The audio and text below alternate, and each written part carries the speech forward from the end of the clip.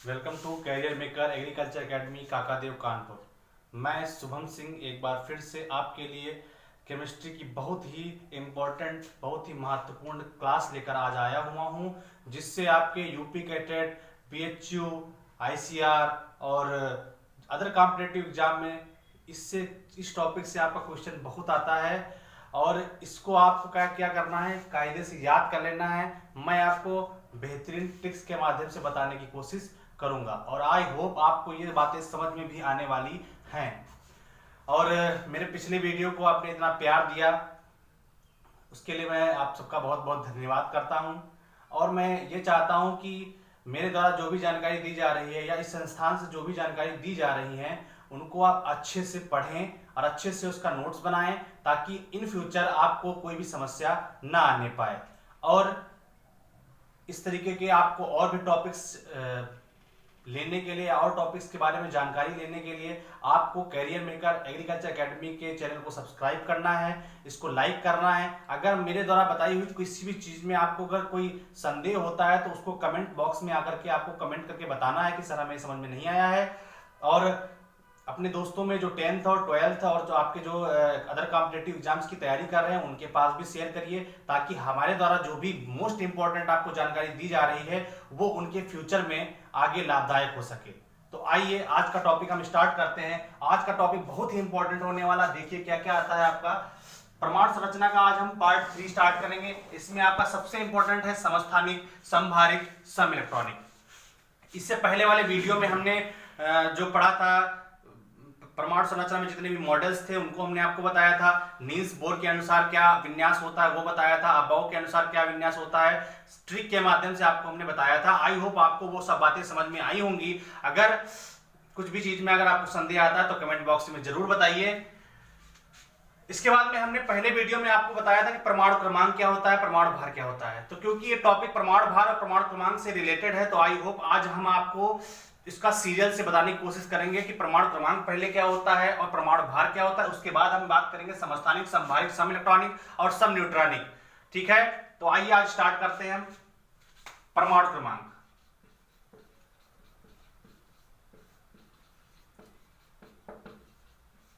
English में इसको कहते हैं एटॉमिक नंबर।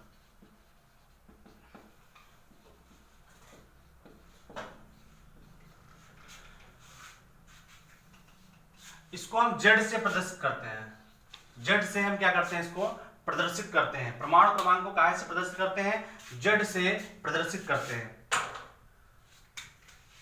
आपको हमने बताया था कोई नाभिक है, नाभिक क्या होता है, धनावेशित होता है। क्यों होता है, क्योंकि इसके अंदर न्यूट्रॉन और प्रोटॉन उपस्थित होते हैं। ठीक है, इसके बाद हमने बताया था कि इसके चारों तरफ क्या है, इलेक्ट्रॉन अपनी कक्षाओं में क्या करते हैं, चक्कर लगाते हैं। तो क्योंकि परमाणु क्रमांक की बात कर रहे हैं तो यहां पर हम क्या बात कर,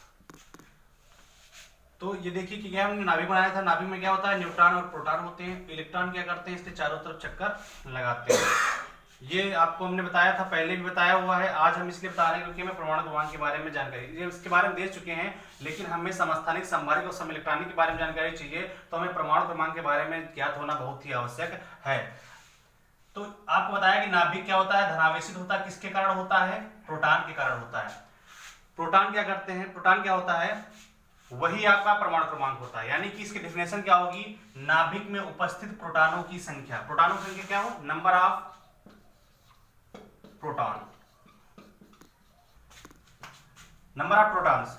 यानी कि नाभिक में उपस्थित जो प्रोटॉनों की संख्या होती है वही कहलाता है हमारा परमाणु क्रमांक। ठीक है, इसको काहे से प्रदर्शित करते हैं, जेड से प्रदर्शित करते हैं। ओके, पहला पॉइंट तो आपका ये हो गया, नाभिक में उपस्थित न्यूट्रॉनों की, नाभिक में उपस्थित प्रोटॉनों की संख्या। ये हो गया आपका क्या, परमाणु क्रमांक। इसमें दूसरा पॉइंट हमें आपको याद रखना है। दूसरे पॉइंट में आपको क्या याद रखना है कि जो अनचार्ज्ड होते हैं, अनावेशित होते हैं, अनावेशित, अनावेशित, अनावेशित, अनावेशित जो भी आपके तत्व होंगे, अनावेशित जो भी आपके तत्व होंगे उनमें जो इलेक्ट्रॉन होंगे, उनमें जो इलेक्ट्रॉन होंगे वो क्या होंगे, परमाणु क्रमांक के बराबर होंगे, परमाणु क्रमांक के बराबर होंगे। अनावेशित मतलब अनचार्ज, अगर किसी भी तत्व पर एग्जाम्पल के तौर पे हम देखेंगे, जैसे क्लोरीन दिया हुआ है, अब क्लोरीन के ऊपर कोई भी आवेश नहीं है, इसको अनावेशित करेंगे या न्यूट्रल कहेंगे। न्यूट्रल मतलब उदासीन। अनावेशित तत्व जो होंगे उनके जो इलेक्ट्रॉन होंगे वो क्या होंगे, परमाणु क्रमांक के बराबर होंगे। क्यों बराबर होंगे, क्योंकि इस पर अगर कोई भी आवेश नहीं दिया हुआ है तो इसका जो परमाणु क्रमांक होगा, इसका जो परमाणु क्रमांक होगा वही इसके इलेक्ट्रॉनों की संख्या होगी, वही इसके इलेक्ट्रॉनों की संख्या होगी। लेकिन जैसे ही ये चार्ज हो जाएगा, जैसे ही इस पर क्या होगा, आवेश आ जाएगा, मान लीजिए इस पर ऋणावेश आ गया, तो क्योंकि क्लोरीन का परमाणु क्रमांक 17 होता है, लेकिन जब इसमें इलेक्ट्रॉनों की बात की जाएगी तो इलेक्ट्रॉन यहाँ पर क्या हो जाएगा, एक बढ़ जाएगा, और इलेक्ट्रॉन कितने हो जाएंगे, यहाँ पे 18 इलेक्ट्रॉन हो जाएंगे। तब उस केस में जो परमाणु क्रमांक होगा वो इलेक्ट्रॉनों के बराबर नहीं होगा। केवल किस केस में बराबर होगा, अगर वह अनावेशित है, अनचार्ज्ड है, या उस पर कोई भी आयन उपस्थित नहीं है, तो वह जो इलेक्ट्रॉन होगा वह परमाणु क्रमांक के बराबर होगा। और जो परमाणु क्रमांक होता है वह प्रोटॉनों की संख्या के बराबर भी होता है, क्योंकि हमने कहा जो नाभिक में उपस्थित प्रोटॉन होता है वही क्या कहलाता है, हमारा परमाणु क्रमांक कहलाता है। तो Z बराबर इलेक्ट्रॉनों की संख्या बराबर प्रोटॉनों की संख्या। किस केस में होगा, अगर अनावेशित तत्व के अगर जो आपका तत्व होगा वो अनावेशित होगा तभी ये केस आपका लगेगा, अन्यथा ये केस आपका रॉन्ग हो जाएगा। किस केस में, अगर इस पर आवेश आ जाएगा तो आप नॉर्मल सी बात समझ सकते हो कि जब भी आवेश आएगा या तो प्लस का आवेश आएगा या तो माइनस का आवेश आएगा, तो क्या होगा, अगर प्लस का आएगा तो इलेक्ट्रॉन क्या करेगा, वो दान में दे देगा, अगर माइनस आवेश आएगा तो इलेक्ट्रॉन क्या करेगा, वो ग्रहण कर लेगा। तो उसके परमाणु क्रमांक में क्या होगा, अगर ग्रहण करेगा तो वृद्धि हो जाएगी, और अगर दान करेगा तो उसके परमाणु क्रमांक में क्या हो जाएगा, घट जाएगा, परमाणु क्रमांक क्या हो जाएगा, कम हो जाएगा। आइए यहीं पे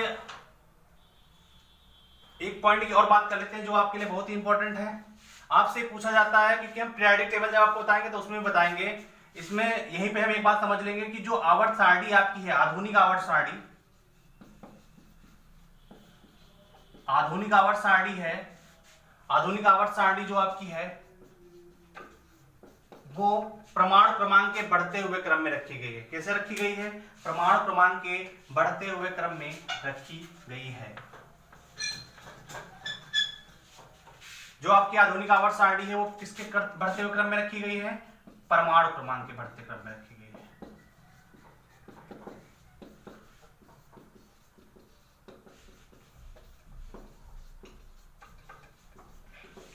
क्योंकि आपसे क्वेश्चन भी ऐसे पूछा जाता है कि आधुनिक आवर्त सारणी में किसके बढ़ते हुए क्रम पे रखी गई है, तो ऑप्शन में होगा परमाणु क्रमांक, परमाणु भार, इलेक्ट्रॉन, या इनमें से कोई नहीं। तो आपका क्या वहां पर होगा, परमाणु क्रमांक होगा, क्योंकि आधुनिक आवर्त सारणी परमाणु क्रमांक के बढ़ते क्रम में रखी गई थी। क्यों रखी गई थी, क्योंकि इसकी खोज की थी मोजले ने। किसने की थी, मोजले ने इसकी खोज की थी। परमाणु क्रमांक की खोज करता कौन है, मोजले। क्योंकि मोजले ने जैसे ही परमाणु क्रमांक की खोज करी वैसे ही आधुनिक आवर्त सारणी का निर्माण हुआ, इसीलिए उसमें जो तत्वों का आवर्ती फलन है वो परमाणु क्रमांक के बढ़ते हुए क्रम में रखा गया है। इसके बाद में हम बात करेंगे परमाणु भार की।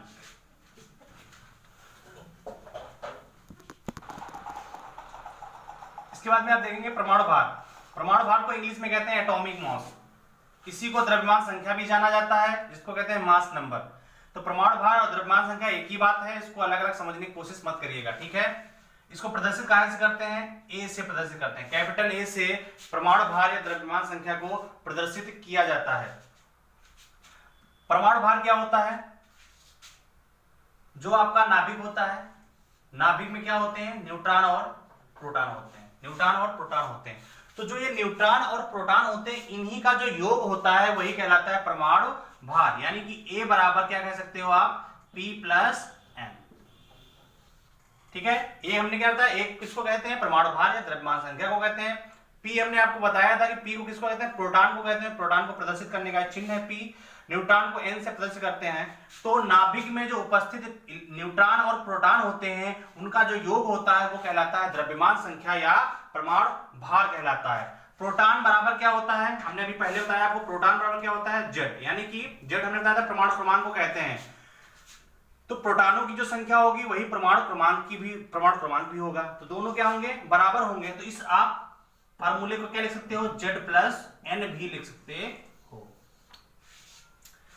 ये फार्मूला हमें कब लगाना है, ये फार्मूला हमें तब लगाना है जब आपको क्या पता है कि आपको द्रव्यमान संख्या पता हो या न्यूट्रॉनों की संख्या पता हो और आपसे प्रोटॉनों की संख्या या परमाणु क्रमांक पूछ दिया जाए, तब आप निकालने के लिए फार्मूला लगा सकते हो। उसके बाद अगर आपको परमाणु क्रमांक दिया हुआ है और न्यूट्रॉनों की संख्या दी हुई है, आपसे कहे द्रव्यमान संख्या, इसका परमाणु भार क्या होगा, तब आप ये फार्मूला लगा सकते हो।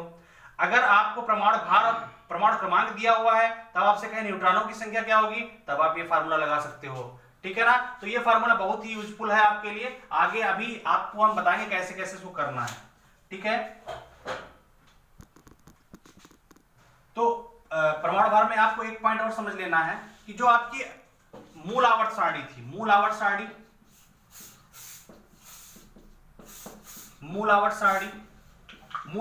मतलब जो पुरानी आवर्त सारणी थी उसको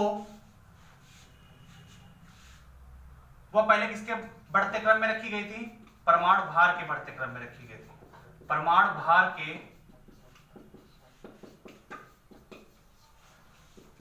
बढ़ते क्रम में रखी गई थी। तो आपसे पूछा जाता है कि पुरानी आवर्त सारणी या मूल आवर्त सारणी किसके क्रम में, बढ़ते हुए क्रम में रखी गई थी, तो परमाणु भार के बढ़ते हुए क्रम में रखी गई थी। यह बात आपको बहुत याद रखनी है। ठीक है, वेरी वेरी इंपॉर्टेंट। इसके बाद में हम स्टार्ट करेंगे समस्थानिक।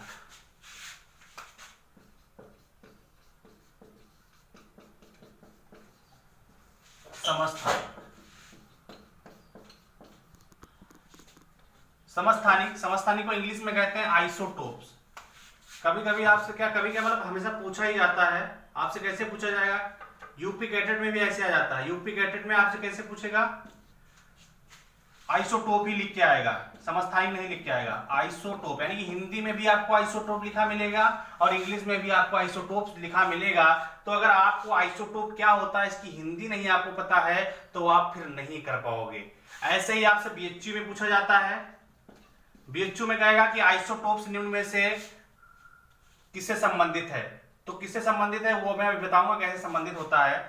तो आइसोटोप ही लिख के आता है आपका, चाहे यूपी कैडेट में कभी कभी आइसोटोप ही लिख के आएगा हिंदी में भी, और बीएचयू में भी हिंदी में आइसोटोप लिख के आता है और इंग्लिश में भी आइसोटोप लिख के आता है। तो आप कंफ्यूज मत होइए, आइसोटोप किसको कहते हैं, समस्थानिक को कहते हैं। ये आप हमेशा याद रखिए, बहुत इंपॉर्टेंट है आपके लिए।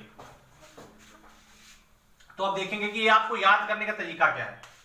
पहली बात तो आइसो का अगर आप मतलब समझिए तो आइसो को सेम ही कहते हैं, सेम मतलब समान।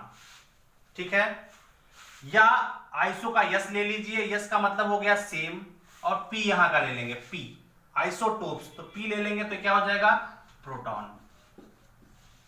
यानी कि सेम प्रोटॉन, प्रोटॉनों की संख्या कैसी होगी, समान होगी, तो वो क्या कहलाएगा, समस्थानिक कहलाएगा। आइसोटोप्स में आप देखिए इसकी ट्रिक क्या है समझने के लिए। आइसो का यस ले लेंगे, पहले यस आता है तो यस का मतलब होता है सेम, और यहां पे आता है पी, तो पी का मतलब क्या हो जाएगा, प्रोटॉन। यानी कि प्रोटॉनों की संख्या क्या होगी, जब समान होगी तो वो कहलाएगा समस्थानिक। ठीक है, तो इसके अब कौन कौन से केस बनते हैं, केस देख लेंगे। नंबर 1 केस, प्रोटॉनों की संख्या अगर बराबर है, प्रोटॉन अगर आपस में बराबर है तो समस्थानिक होगा। नंबर 2, अगर परमाणु क्रमांक आपके बराबर हैं तो समस्थानिक होगा। प्रोटॉनों की संख्या, क्योंकि प्रोटॉनों की संख्या ही क्या होता है, परमाणु क्रमांक होता है, तो इसीलिए प्रोटॉनों की संख्या अगर बराबर है तो समस्थानिक होगा, और अगर परमाणु क्रमांक आपका समान है तो आपका समस्थानिक होगा। लेकिन और तीसरा केस क्या होगा, अगर द्रव्यमान संख्या या परमाणु भार क्या है, समान नहीं होना चाहिए। द्रव्यमान संख्या या परमाणु भार क्या है, समान नहीं होना चाहिए, उसी को कहते हैं हम समस्थानिक। अब आइए इसका एग्जांपल समझने की कोशिश करते हैं। एग्जांपल क्या होना चाहिए इसका,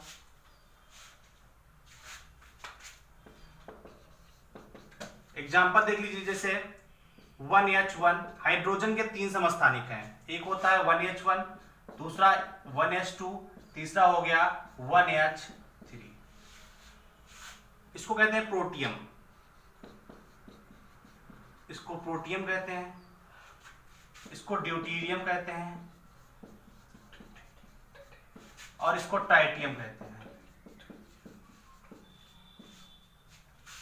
इसको क्या है, H से भी प्रदर्शित किया जाता है और P से भी प्रदर्शित किया जाता है, चाहे H से प्रदर्शित करें चाहे P से। इसको D से, कैपिटल D से प्रदर्शित किया जाता है, इसको कैपिटल T से प्रदर्शित किया जाता है।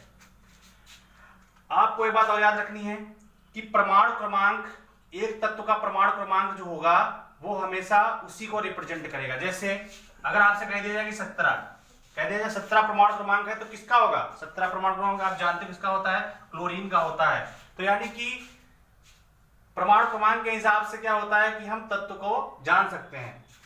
अगर आपसे कह दिया जाए कि किसी का परमाणु क्रमांक 8 है तो परमाणु क्रमांक किसका 8 होता है, ऑक्सीजन का परमाणु क्रमांक 8 होता है। आप किसी चीज को आप अलग नहीं कर सकते हो, यानी कि एक तत्व का जो परमाणु क्रमांक होगा वो एक ही होगा, अलग नहीं होगा। अब यहां बात करेंगे, यहां पे केस देख लेंगे कौन कौन से केस बनते हैं।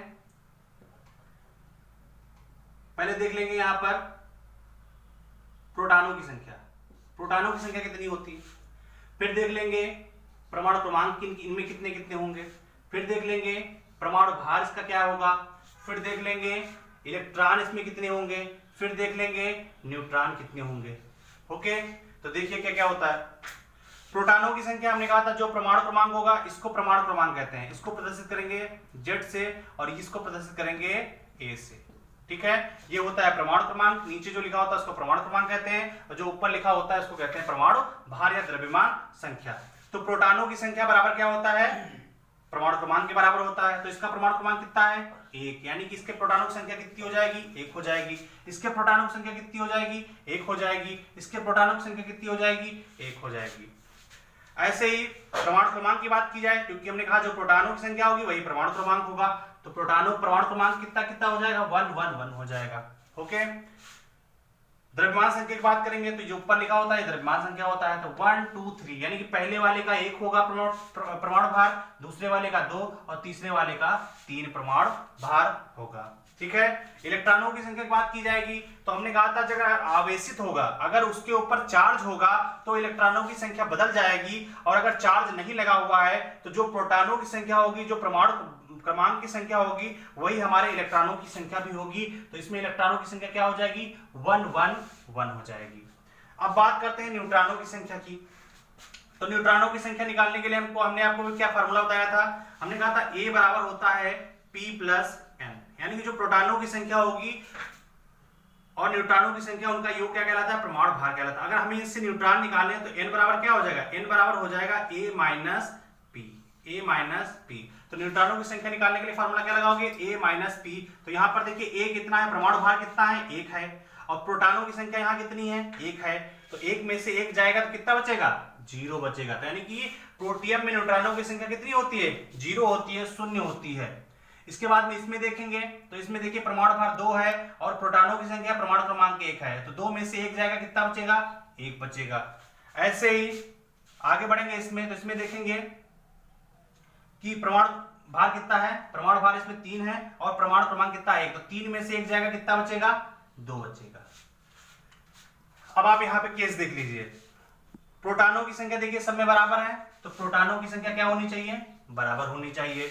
अब देख लीजिए इसमें परमाणु क्रमांक क्या है, सबका 1 1 है, तो यानी कि परमाणु क्रमांक क्या होना चाहिए, बराबर होना चाहिए। परमाणु भार देख लीजिए 1 2 3, यानी कि सबका अलग अलग है, तो परमाणु भार क्या होना चाहिए, बराबर नहीं होना चाहिए। इलेक्ट्रॉन देख लेंगे तो इलेक्ट्रॉनों की संख्या क्या होनी चाहिए, बराबर होनी चाहिए, लेकिन कभी कभी अलग भी हो जाती है। लेकिन न्यूट्रॉनों की संख्या देख लीजिए क्या है, बराबर नहीं है, तो न्यूट्रॉनों की संख्या क्या होनी चाहिए, बराबर नहीं होनी चाहिए। तो ऐसे केसेस में आपको क्या कहलाएगा, समस्थानिक कहलाएगा। तो आपको याद क्या रखना है, प्रोटॉनों की संख्या बराबर होगी तो समस्थानिक होगा, परमाणु क्रमांक बराबर होगा तो समस्थानिक होगा, परमाणु भार अगर बराबर नहीं है तो समस्थानिक होगा, और न्यूट्रॉनों की संख्या बराबर नहीं है तो समस्थानिक माना जाएगा।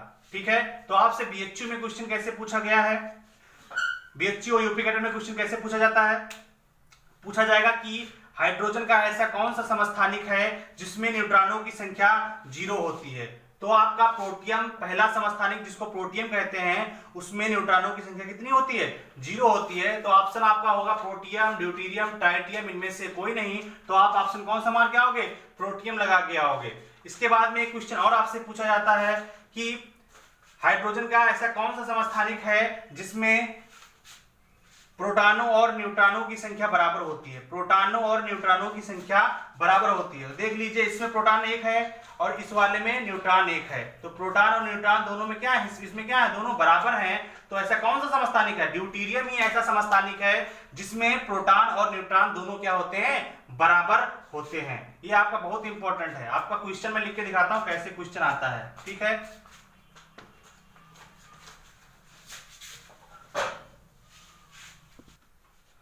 तो आप क्वेश्चन देखिए कैसे पूछा जाता है। क्वेश्चन क्या लिखा हुआ है? निम्न में किसमें न्यूट्रॉनों की संख्या 0 है?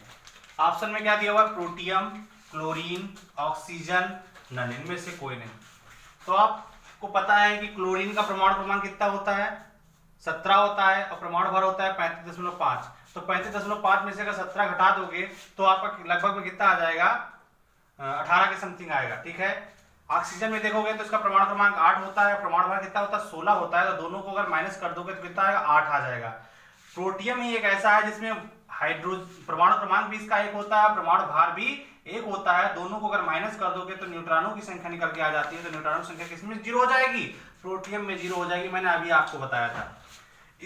अथवा कैसे क्वेश्चन पूछा जाएगा? ऐसे पूछा जा सकता है कि निम्न में से हाइड्रोजन का कौन सा आइसोटोप है? आइसोटोप मतलब समस्थानिक जिसमें न्यूट्रॉन नहीं होते हैं। तो किसमें न्यूट्रॉन नहीं होते हैं? प्रोटियम। प्रोटियम में अभी बताया कि इसमें कितने होते हैं न्यूट्रॉन? 0 होते हैं, 0 होते हैं। इस प्रकार के आपके क्वेश्चन पूछे जाते हैं, ठीक है। ये आपका यूपी कैडेट 2013 में आया हुआ है, 2015 में आया हुआ है। इस टाइप का क्वेश्चन आपका बीएचयू 2013 में आ चुका है। ओके, आगे देखेंगे। आपसे ऐसे क्वेश्चन बीएचयू में भी पूछा जा चुका है 2015। क्वेश्चन कैसे पूछा गया था? निम्न में आइसोटोप संबंधित है। ऑप्शन नंबर 1 परमाणु भार बराबर होते हैं, नंबर 2 परमाणु क्रमांक बराबर होते हैं, नंबर 3 न्यूट्रॉन बराबर होते हैं, नंबर 4 इनमें से कोई नहीं। तो क्या हमने बताया था कि आइसोटोप को कहते हैं समस्थानिक, और जिसमें परमाणु क्रमांक बराबर होता है या परमाणु प्रोटॉनों की संख्या बराबर होती है, ऐसे को क्या कहते हैं? आइसोटोप कहते हैं या समस्थानिक कहते हैं। लेकिन इसमें परमाणु भार बराबर नहीं होता है और न्यूट्रॉनों की संख्या बराबर नहीं होती है, ठीक है।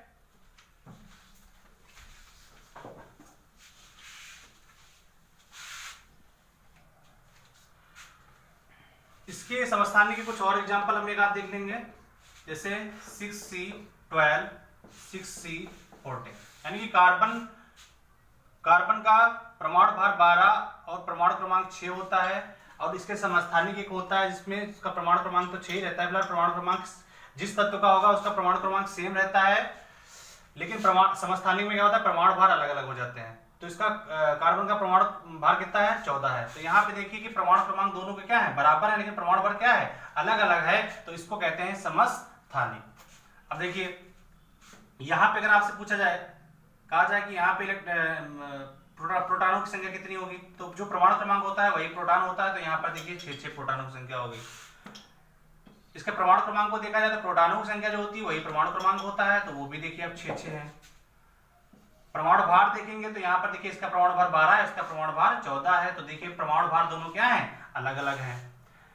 न्यूट्रॉनों की संख्या देखी जाए तो यहाँ पर देखिए, यहाँ पे न्यूट्रॉनों की संख्या कितनी है? 6 है, क्योंकि मैंने बताया था कि परमाणु भार में से क्या करेंगे? परमाणु क्रमांक को घटा देंगे तो कितना, तो क्या आ जाएगा? न्यूट्रॉनों की संख्या आ जाएगी। तो 12 में से 6 जाएगा, कितना आएगा? 6। और यहाँ 14 में से 6 जाएगा, कितना आएगा? 8। तो देखिए न्यूट्रॉनों की संख्या अलग अलग है, परमाणु भार भी देखिए अलग अलग है, लेकिन परमाणु क्रमांक बराबर है और प्रोटॉनों की संख्या बराबर है। तो आपसे कभी क्वेश्चन ऐसे पूछा जाएगा कि निम्न में से कार्बन का समस्थानिक कौन है? तो कार्बन का समस्थानिक कौन सा होगा? 6C14। 6C12 का समस्थानिक क्या है? 6C14, ठीक है। और इसका कार्बन 14 का प्रयोग कार्बन डेटिंग में किया जाता है। कार्बन डेटिंग यानी कि जो भी आपकी पुरानी चीजें होती हैं उनकी, उन वस्तुओं की, जैसे लकड़ी हो गई, बहुत पुरानी लकड़ी हो गई, उसकी अगर आपको आयु ज्ञात करनी है, ये बहुत पुरानी जो भी पुरानी चीजें होती हैं उनकी अगर हमें आयु ज्ञात करनी पड़ती है तो कार्बन 14 का प्रयोग किया जाता है। बहुत इंपॉर्टेंट है, बहुत बार ये पूछा जा चुका है, वेरी वेरी इंपॉर्टेंट। पूछा जाता है कि लकड़ी की आयु ज्ञात करने में किस समस्थानिक का प्रयोग किया जाता है, तो कार्बन 14 का प्रयोग किया जाता है और इसी को हम कहते हैं कार्बन डेटिंग। ओके,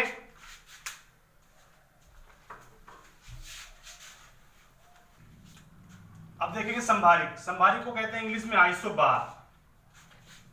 बार से ही क्लियर हो जाता है भार। बार को अगर आप बार ना पढ़ के क्या पढ़ें, भार पढ़ें तो आपको समझ में आ जाएगा कि किसकी बात कर रहा है, संभारिक की बात कर रहा है। आगे लगा हुआ है सम, तो सम का मतलब हो गया समान, और भार लगा हुआ है, भारी लगा तो उसको क्या कहेंगे भार, यानी कि समान भार है। समान भार कौन सा भार होगा, परमाणु भार, यानी कि समान जो भार होगा या समान परमाणु भार होगा तो उसे क्या कहेंगे, समभारिक कहेंगे। ठीक है ना, इसमें परमाणु भार की संख्या क्या होगी, समान होगी। और आइसोबार इंग्लिश में याद करने के लिए क्या होता है, आइसोबार लिखा होता है, बार, बार को अगर भार समझेंगे तो आप आइडिया लगा ले जाएंगे कि संभारिक की बात यहां पर कर रहा है। तो इसमें क्या होगा, समान परमाणु भार होगा। यानी कि देखिए पहला नंबर समझ लेंगे, यहाँ पे एग्जाम्पल समझ लेते हैं। एग्जाम्पल जैसे आप हमारे देख लीजिए, एग्जाम्पल क्या है, 18 आर्गन 40, 19 पोटेशियम 40, 20 कैल्शियम 40। तो मान लीजिए कि क्या है, ये आपस में क्या है, संभारिक है, समान भार वाले हैं। जैसे आर्गन का संभारिक पोटेशियम हो गया, पोटेशियम का संभारिक कैल्शियम हो गया। संभारिक मतलब देखिए यहाँ पे इसके परमाणु भार 40 है, इसका परमाणु भार 40 है, इसका परमाणु भार 40 है, यानी कि यहाँ परमाणु भारों की संख्या क्या है, समान है। और मैं क्या कहता कि जिसमें परमाणु भारों की संख्या समान होगी उसे क्या कहेंगे, संभारिक कहेंगे। अब यहाँ देख लेते हैं, पहले देख लेंगे भार, देख लेंगे क्या क्या होता है इसका। ए से प्रदर्शित करते हैं परमाणु भार को, तो यहाँ भार देख लीजिए, इसका भी परमाणु भार 40 है, इसका भी परमाणु भार 40 है और इसका भी परमाणु भार 40 है। अब इसमें हम देख लेंगे परमाणु क्रमांक, देख लेंगे परमाणु क्रमांक यानी Z बराबर, इसका परमाणु क्रमांक 18 है, इसका 19 है और इसका 20 है। तो देख लीजिए यहाँ पर परमाणु भार तो सबके इनके बराबर हैं, लेकिन परमाणु क्रमांक क्या है, अलग अलग हैं। और प्रोटॉनों की संख्या भी यहाँ पे देख लेंगे, तो जो परमाणु क्रमांक होता है वही प्रोटॉनों की संख्या भी होती है, हमने पहले बता रखा है आपको। तो देख लीजिए, और अगर इसमें न्यूट्रॉनों की संख्या निकालोगे तो वो भी आपके अलग अलग ही आएंगे। अब देख लीजिए न्यूट्रॉनों की संख्या क्या हो जाएगी, इसमें न्यूट्रॉनों की संख्या 18 में से 40 जाएगा, कितना बचेगा, यहाँ पे 40 में से 18 जाएगा, कितना बचेगा, 12 बचेगा। 40 में से 19 जाएगा, कितना बचेगा, 11 बचेगा। 40 में से 20 जाएगा, कितना बचेगा, 40 में से 19 जाएगा, कितना बचेगा, 21 बचेगा, सॉरी 11 नहीं 21 बचेगा। और यहाँ पे बचेगा 22 और यहाँ कितना बचेगा, 20।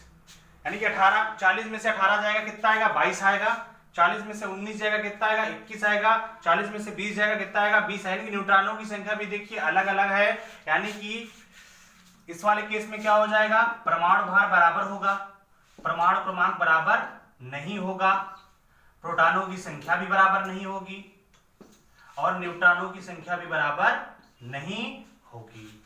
ओके, तो यहाँ पे क्या आपको याद रखना कि परमाणु भार जब बराबर होगा तो क्या कहलाएगा, समभारिक कहलाएगा। याद रहेगा सभी को।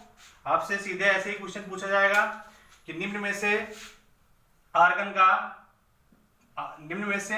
का संभारिक कौन है। तो निम्न में से आर्गन का संभारिक कौन सा हो जाएगा, अगर उसमें पोटेशियम दिया होगा तो पोटेशियम हो जाएगा, अगर ऑप्शन में कैल्शियम दिया होगा तो कैल्शियम उसका संभारिक कहलाएगा। ठीक है, ये क्वेश्चन आपसे सीधे ऐसे पूछा जाएगा कि निम्न में से आइसोबार संबंधित है, तो आइसोबार किससे संबंधित होगा, जिसके परमाणु भार बराबर होंगे उसी को कहेंगे संभारिक या आइसोबार्स। ओके,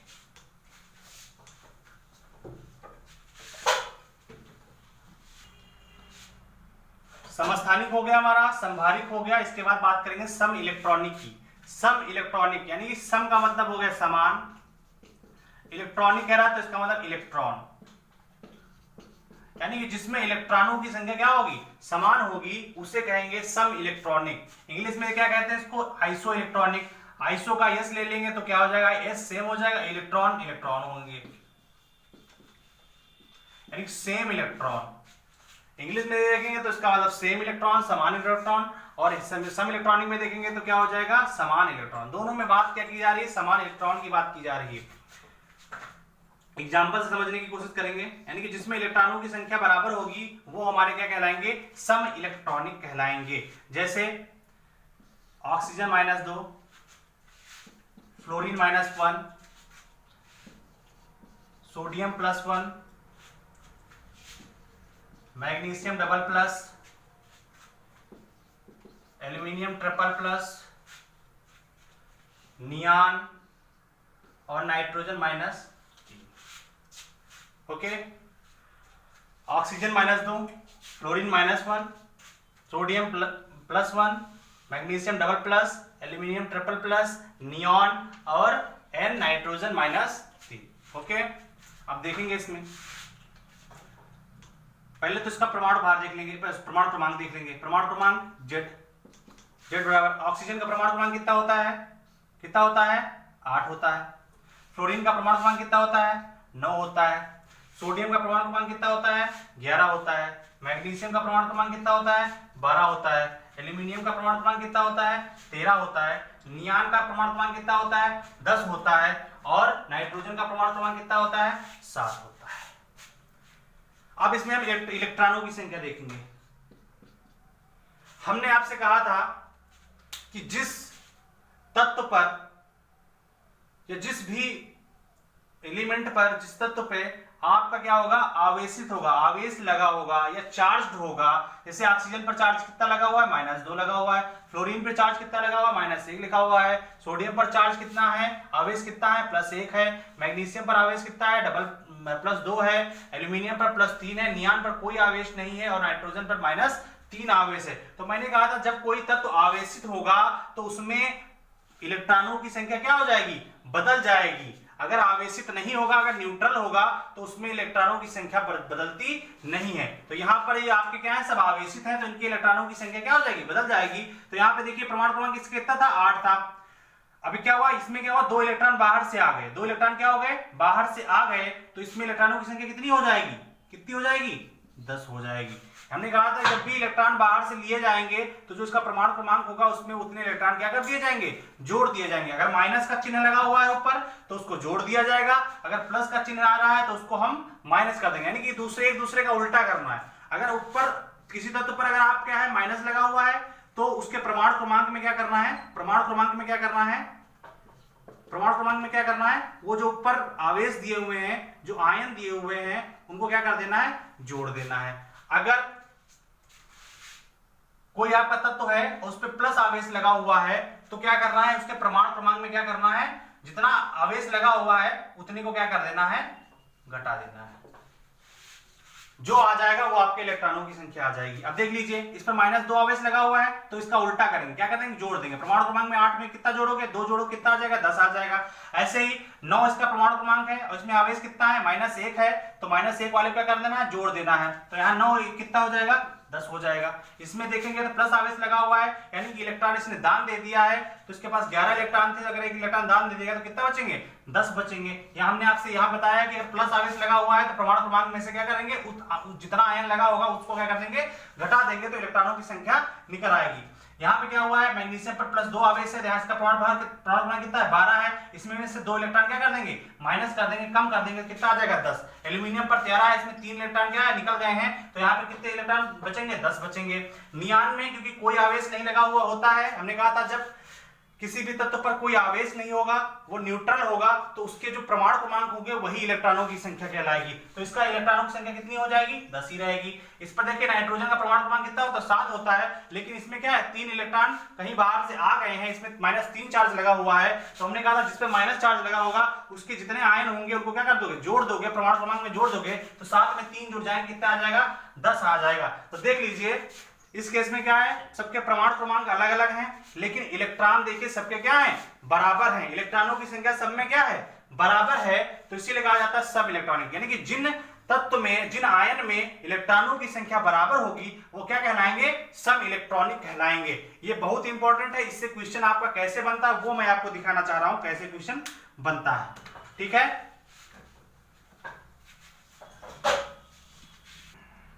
तो सम इलेक्ट्रॉनिक पे हम क्वेश्चन देखेंगे, क्वेश्चन देखेंगे आपसे कैसे पूछा जाता है। लिखा होगा सोडियम आयन निम्न में से संबंधित है। अब सोडियम आयन निम्न में से कैसे संबंधित है, तो हमें ये चेक करना पड़ेगा सोडियम आयन संबंधित कैसे होगा। देखिए ऑक्सीजन का सोडियम से कोई तालमेल खा नहीं रहा है। सोडियम में देखना क्या है, सोडियम आयन लगा हुआ है, इसका मतलब इस पे आयन है। अगर सोडियम खाली बात करता तो केवल सोडियम होता, लेकिन इस पे आयन लगा हुआ है, यानी कि इस पे कैसा प्लस आवेश है।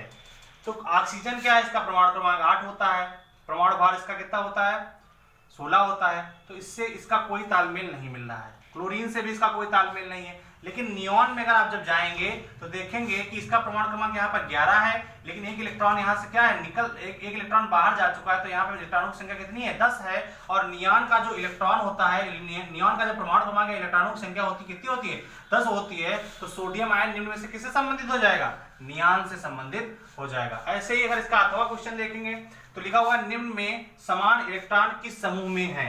अब देखिए Al Mg+2। अब देखिए एल्यूमिनियम में परमाणु क्रमांक 13 है और मैग्नीशियम का परमाणु क्रमांक 12 है। तो एल्यूमिनियम पर कोई चार्ज नहीं लगा हुआ, इसीलिए इसमें इलेक्ट्रॉनों की संख्या कितनी होगी 13 ही होगी। लेकिन मैग्नीशियम पर +2 आवेश लगा हुआ है, इसका मतलब इसमें इलेक्ट्रॉनों की संख्या 10 होगी। तो इसमें इलेक्ट्रॉनों की संख्या 13 है, इसमें इलेक्ट्रॉनों की संख्या 10 है, तो इसका मतलब ये संबंधित नहीं है। ठीक है, यहां देखेंगे Na+, सोडियम का परमाणु क्रमांक 11 होता है, लेकिन इसमें से एक इलेक्ट्रॉन बाहर जा चुका है, तो यानी कि इसमें इलेक्ट्रॉनों की संख्या कितनी बचेगी 10 बचेगी। और नियॉन का परमाणु क्रमांक और इलेक्ट्रॉनों की संख्या सब बराबर होती है, तो इसीलिए इसमें इलेक्ट्रॉन इसका परमाणु क्रमांक कितना होगा 10। तो इसमें इलेक्ट्रॉनों की संख्या 10 है, इसमें इलेक्ट्रॉनों की संख्या 10 है। इसका मतलब कौन से समूह में इलेक्ट्रॉनों की संख्या 10 है, Na+ और Ne। ये वेरी वेरी इंपॉर्टेंट है, बहुत पूछा जाता है। ये आपका क्वेश्चन यूपी में 2014, 2016, 2017 3 बार आ चुका है। ठीक है, तो इसको याद रखेंगे, कुछ भी नहीं, बहुत सिंपल है, आपको बस थोड़ा सा ध्यान रखना है, बस और कुछ नहीं है। अब बात करेंगे सब न्यूट्रॉनिक। सब न्यूट्रॉनिक को इंग्लिश में आइसोटोन्स भी कहते हैं और आइसोन्यूट्रॉनिक भी कहते हैं। ठीक है, आइसोटोन्स में अगर आप देखेंगे तो एस हमने कहा था ले लेंगे इसका वर्ड, पहला वर्ड जब एस पड़ेगा तो इसको एस से मतलब होता है सेम। और यहाँ पे देखिए एन लिखा हुआ तो एन ले लेंगे, एन का मतलब हो गया न्यूट्रॉन, यानी कि न्यूट्रॉनों की संख्या समान होगी तो उसे कहेंगे सम न्यूट्रॉनिक। या सम न्यूट्रॉनिक में हिंदी वाले में भी देख लेते हैं, सम का मतलब समान और न्यूट्रॉन का मतलब न्यूट्रॉन, यानी कि न्यूट्रॉनों की अगर संख्या समान है, यानी कि कोई भी अगर तत्व दिए हुए हैं, दो तत्व दिए हुए हैं, अगर उनमें न्यूट्रॉनों की संख्या हमें समान मिल जाती है तो वो क्या कहलाएगा, सम न्यूट्रॉनिक कहलाएगा। देख लेंगे कैसे, एग्जाम्पल 14 सिलिकॉन 30, 15 फास्फोरस 31, 16 सल्फर 32। ये आपके 3 देख लीजिए, 3 तत्व हैं जिनके परमाणु क्रमांक परमाणु भार दिए हुए हैं। अब देख लीजिए इसमें हम न्यूट्रॉनों की संख्या निकालेंगे। न्यूट्रॉनों की संख्या निकालने के लिए हमने क्या बताया था, परमाणु भार में से परमाणु क्रमांक को घटा देंगे तो न्यूट्रॉनों की संख्या निकल आएगी। यानी कि n बराबर क्या करेंगे a - z करेंगे। अगर ये कर देंगे तो आपके न्यूट्रॉनों की संख्या आ जाएगी। अब देख लीजिए 30 में से 14 जाएगा कितना बचेगा 16, 31 में से 15 जाएगा कितना बचेगा 16, 32 में से 16 जाएगा कितना बचेगा 16। तो यानी कि देख लीजिए सब में न्यूट्रॉनों की संख्या क्या है बराबर है, लेकिन इनके परमाणु क्रमांक देख लीजिए, परमाणु क्रमांक देख लीजिए, इसका 14 है, इसका 15 है, इसका 16 है। परमाणु भार देख लीजिए, परमाणु भार इसका 30 है, इसका 31 है और इसका 32 है। यानी कि इस केस में क्या होगा, न्यूट्रॉनों की संख्या क्या होगी बराबर होगी, लेकिन परमाणु क्रमांक क्या है बराबर नहीं होगा और परमाणु भार भी क्या है बराबर नहीं होगा। यानी कि जिसमें परमाणु क्रमांक बराबर नहीं है और परमाणु भार बराबर नहीं है, उसमें क्या होता है सिर्फ न्यूट्रॉनों की संख्या अगर बराबर है तो वो क्या कहलाएगा, सम न्यूट्रॉनिक कहलाएगा। जैसे एक एग्जांपल और देख लेते हैं, 1H3 2He4। अब देख लीजिए इसमें न्यूट्रॉन निकाल लीजिए, 3 में से 1 जाएगा कितना बचेगा 2, 4 में से 2 जाएगा कितना बचेगा 2। यानी कि न्यूट्रॉनों की संख्या देखिए दोनों में क्या है बराबर है। यानी कि आपसे कहा जाए कि ये जो प्रोटियम है वो हीलियम का सम न्यूट्रॉनिक है। जो प्रोटियम है, प्रोटियम 1H3 को प्रोटियम ट्राइटियम कहते हैं, सॉरी ट्राइटियम कहते हैं। तो ट्राइटियम क्या है आपका हीलियम का सम न्यूट्रॉनिक है। ठीक है, क्योंकि इसमें न्यूट्रॉनों की संख्या क्या है बराबर है, जबकि परमाणु क्रमांक बराबर नहीं है, परमाणु भार बराबर नहीं है, इसी को कहते हैं सम न्यूट्रॉनिक। ओके, इसके बाद में एक और देख लेंगे, जैसे 6C14 और 7N14। 6C14 और 7N14 नहीं, 8O16 का 6C14 और 8O16। इसका एग्जांपल, इसके न्यूट्रॉनों की संख्या इसमें देख लेंगे। 14 में से 6 का कितना बचेगा? 8। 16 में से 8 का कितना बचेगा? 8। यानी न्यूट्रॉनों की संख्या दोनों में क्या है? बराबर है। यानी कार्बन 14 का जो सब न्यूट्रॉनिक होगा वो क्या होगा? ऑक्सीजन होगा। क्या होगा? ऑक्सीजन होगा। तो आपको ये बात हमेशा याद रखनी है, ठीक है। या आपसे क्वेश्चन पूछा जाएगा कि निम्न में से सब न्यूट्रॉनिक प्रदर्शित होता है या सब न्यूट्रॉनिक है, तो उसमें क्या होगा? जैसे आपको सिलिकॉन 14 सिलिकॉन 30 दे देगा, 15 फास्फोरस 31 दे देगा, और भी एग्जांपल दे देगा, उसमें और भी ऑप्शन दे देगा।